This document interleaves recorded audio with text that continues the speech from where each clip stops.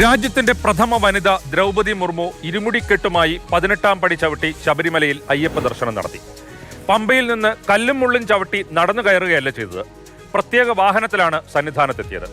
അയ്യപ്പ ദർശനം നടത്തുന്ന രണ്ടാമത്തെ രാഷ്ട്രപതിയാണ് ദ്രൗപദി മുർമു. ഇതിനൊക്കെ അപ്പുറം കൂടുതൽ ശ്രദ്ധ നേടിയ ഒരു ദൃശ്യം രാഷ്ട്രപതിയുടെ സന്ദർശനത്തിനിടെ ഉണ്ടായി. രാഷ്ട്രപതി എത്തിയ ഹെലികോപ്റ്ററിന്റെ ചക്രങ്ങൾ ഹെലിപ്പാഡിൽ താഴ്ന്നു. ഇതാണ് ഇന്നത്തെ പ്രൈം സ്റ്റോറി. രാഷ്ട്രപതിയുടെ സന്ദർശനത്തിനിടെ സുരക്ഷാ വീഴ്ച ഉണ്ടായോ? ഉണ്ടായെങ്കിൽ ആരാണ് ഉത്തരവാദി? ഈ ദൃശ്യങ്ങൾ ദേശീയ തലത്തിൽ വരെ വലിയ മാധ്യമ ശ്രദ്ധ നേടിക്കഴിഞ്ഞു. വാട്സാപ്പ് യൂണിവേഴ്സിറ്റികൾ പ്രബന്ധങ്ങൾ തയ്യാറാക്കി കഴിഞ്ഞിട്ടുമുണ്ട്.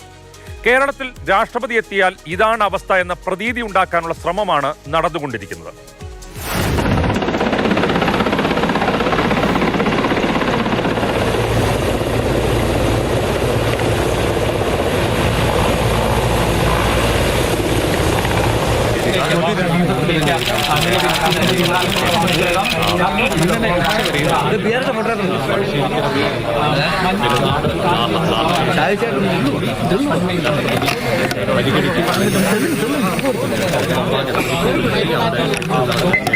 താണെന്ന് തോന്നുന്നു കേട്ടോ.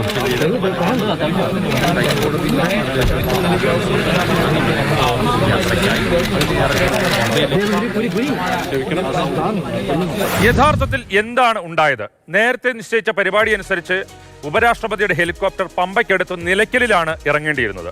പക്ഷേ മഴയും മൂടൽമഞ്ഞും കാരണം അത് സുരക്ഷിതമല്ലെന്ന നിഗമനത്തിൽ സുരക്ഷാ ഉദ്യോഗസ്ഥർ നിലയ്ക്കൽ ലാൻഡിംഗ് ഒഴിവാക്കി. പകരം കണ്ടെത്തിയ സ്ഥലമാണ് പമ്പയിൽ നിന്ന് 68 കിലോമീറ്റർ ദൂരെയുള്ള പ്രമാടം.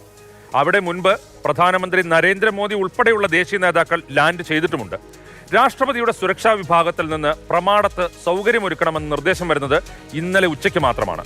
അതിനുശേഷം എന്ത് സംഭവിച്ചുവെന്ന് പത്തനംതിട്ടയിൽ നിന്ന് CK അഭിലാൽ പറയും.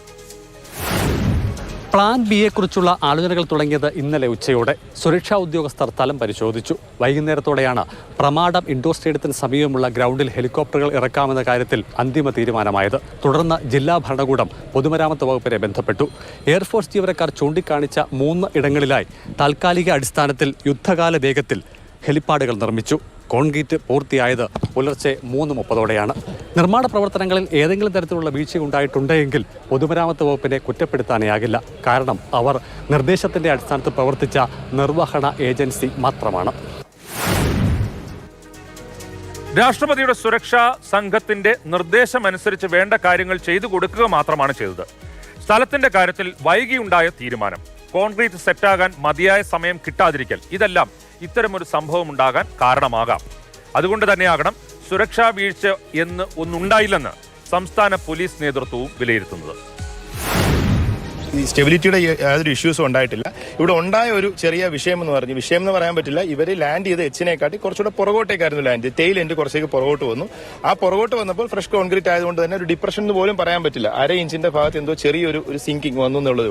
അപ്പോൾ അതിന്റെ തന്നെ ക്യാപ്റ്റൻ അടക്കമുള്ള ആൾക്കാരാണ് വന്ന് പറഞ്ഞത് അതൊന്ന് ബിക്കോസ് ഹെലികോപ്റ്റർ സ്റ്റാർട്ട് ചെയ്ത് മുന്നോട്ട് എടുക്കാൻ പറ്റില്ല, അതുകൊണ്ട് തന്നെ നമ്മുടെ ക്രൂവിന്റെ അടുത്ത് തള്ളി ചെയ്ത് എച്ചിലേക്ക് മൂവ് ചെയ്യാൻ പറഞ്ഞു. അത് നമ്മുടെ പോലീസ് അടക്കമുള്ള ആൾക്കാരെല്ലാവരും ചേർന്ന് എച്ചിലേക്ക് മൂവ് ചെയ്ത് കൊടുത്തു. രാഷ്ട്രപതി ദ്രൗപദി മുർമുവിന്റെ ശബരിമല സന്ദർശനത്തിനിടെ ഹെലിപ്പാഡ് വലിയ വാർത്തയായി മാറി. ഇതുപോലെ വർഷങ്ങൾക്ക് മുൻപ് ശബരിമലയിൽ ശരംകുത്തിയിൽ നിർമ്മിച്ച ഹെലിപ്പാഡും അന്ന് വലിയ വാർത്തയായിരുന്നു. 1983-ലാണ് സംഭവം. അന്നത്തെ പ്രധാനമന്ത്രി ഇന്ദിരാഗാന്ധിക്ക് ശബരിമലയിൽ എത്താൻ വേണ്ടിയായിരുന്നു ഹെലിപ്പാഡ് നിർമ്മാണം. 1.5 ഏക്കർ വനഭൂമിയിൽ 70 മരങ്ങൾ മുറിച്ചു മാറ്റി 2 ഹെലികോപ്റ്ററുകൾക്ക് ഇറങ്ങാൻ കഴിയുന്ന ഹെലിപ്പാഡ് ഉണ്ടാക്കി. പക്ഷേ പ്രധാനമന്ത്രി ശബരിമലയിൽ ഹെലികോപ്റ്ററിൽ വന്നിറങ്ങുന്നതിനെ അയ്യപ്പ സേവാ സംഘവും വിശാല ഹിന്ദു സമ്മേളനവും എതിർത്തു. ഇന്ദിരാഗാന്ധി ഹെലികോപ്റ്ററിൽ വരുന്നത് അയ്യപ്പ ഭക്തരിൽ വിവേചനം ഉണ്ടാക്കുന്നതാണെന്ന് ചൂണ്ടിക്കാട്ടി ഹൈക്കോടതിയിൽ ചോദ്യം ചെയ്തു. ഇതോടെ തൽക്കാലം ഹെലികോപ്റ്റർ ഇറങ്ങില്ലെന്ന് സർക്കാർ കോടതിയിൽ പറഞ്ഞു. 1986-ൽ രാജീവ് ഗാന്ധി വന്നേക്കുമെന്ന് വാർത്ത വന്നെങ്കിലും അന്ന് അതുമുണ്ടായില്ല. പിന്നീട് ആരും ആ ഹെലിപ്പാഡ് ഉപയോഗിച്ചില്ല. കാലം മാറി, കഥ മാറി. രാഷ്ട്രപതി ദ്രൗപദി മുർമുവും സ്യൂട്ടും കോട്ടുമിട്ട് ടൈയും കെട്ടിയ സുരക്ഷാ സംഘവും മല കയറുന്ന വാഹനത്തിൽ പമ്പയിൽ നിന്ന് സന്നിധാനത്തെത്തി. ഇരുമുടിക്കെട്ടുമായി 18-ാം പടിയും കയറി അയ്യപ്പ ദർശനം നടത്തി അവർ മടങ്ങി.